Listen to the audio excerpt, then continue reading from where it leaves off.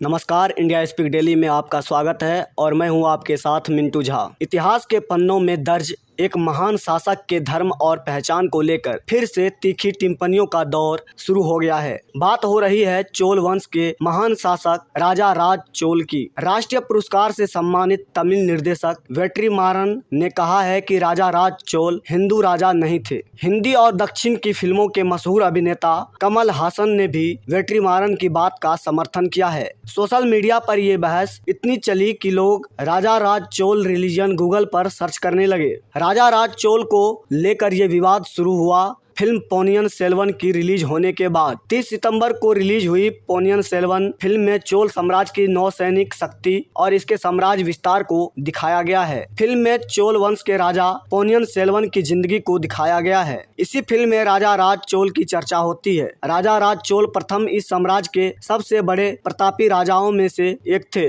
Film में अभिनेत्री ऐश्वर्या राय भी है। चोल साम्राज्य का इतिहास 1000 साल से भी पुराना है। यह साम्राज्य भारत के सुदूर दक्षिण में कावेरी नदी के तट पर पनपा और विकसित हुआ। तिरुचिरापल्ली इस साम्राज्य की राजधानी थी। दक्षिण भारत में भव्य और विशाल मंदिरों को निर्माण करने का श्रेय प्राप्त करने वाले चोल राजाओं को कमल हासन और वेट्रीमारन आखिर हिंदू क्यों नहीं मानते? उनका तर्क जानने से पहले जानते हैं कि चोल राजवंश की स्थापना कब और कहां और किसने की। NCERT के किताबों में दर्ज इतिहास के मुताबिक कावेरी डेल्टा में मुटिरयार नाम से प्रसिद्ध एक छोटे से परिवार की सत्ता थी। यह परिवार कांचीपुरम के पल्लव राजाओं के अधीन था। इस दौरान 849 ईस्वी में चोल वंश के सरदार विजयालय ने इन मुटिरयारों को हराकर इस डेल्टा पर कब्जा जमाया और चोल वंश की स्थापना की। विजयालय ने तंजावुर शहर को बसाया और निशुंभ सूदनी देवी का मंदिर बनाया। विजयालय के उत्तराधिकारी काफी योग्य निकले। उन्होंने पड़ोसी इलाकों को जीता और अपने राज्य की सीमाओं का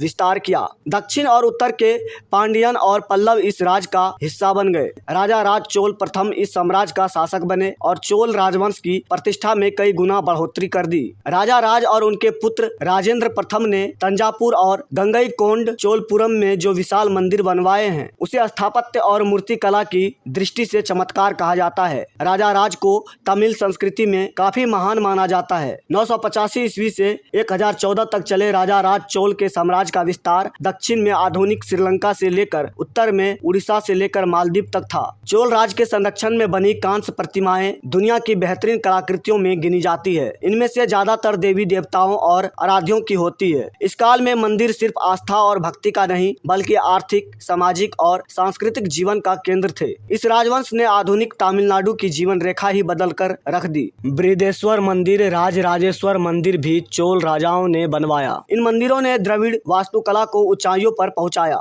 चोल वंश के राजाओं ने दक्षिण भारत पर लगभग 500 सालों तक शासन किया। मंदिर मूर्तियों के अतुल निर्माण के बावजूद कमल हसन राजा राज को हिंदू धर्म का नहीं मानते। इसका तर्क देते हुए उन्होंने कहा, राजा राज चोल के काल में हिंदू धर्म नाम की कोई चीज थी ही नहीं। उस समय वैष्णव, शैव और या अंग्रेज थे जिन्होंने हिंदू शब्द गढ़ा, क्योंकि वे नहीं जानते थे कि इसे सामूहिक रूप से कैसे व्यक्त किया जाए। यह उसी तरह है जैसे उन्होंने थुथुकुडी को तुतिकोरिन में बदल दिया। कमल हासन ने कहा कि 8वीं सदी में कई धर्म और आस्थाएं लोगों के बीच पनप रही थी। कमल हासन ने हाल ही में कलाकारों और क्रू के साथ फिल्म पोनियन सेल्वन देखी। उन्होंने कहा कि यह इतिहास पर आधारित एक कथा का जश्न मनाने का क्षण है। उन्होंने कहा कि इतिहास को बढ़ा चढ़ाकर पेश न करें और न ही इसमें भाषा के मुद्दे को शामिल करें। निर्देशक वेट्रीमारन ने भी कहा था कि लगातार हमारे प्रतीक हमसे छीने जा रहे हैं। तिरुवल्लुवर का भगवाकरण करना या राजा राज चोल को हिंदू राजा कहना इसी का उदाहरण है। उन्होंने कहा कि सिनेमा आम आदमी के लिए है,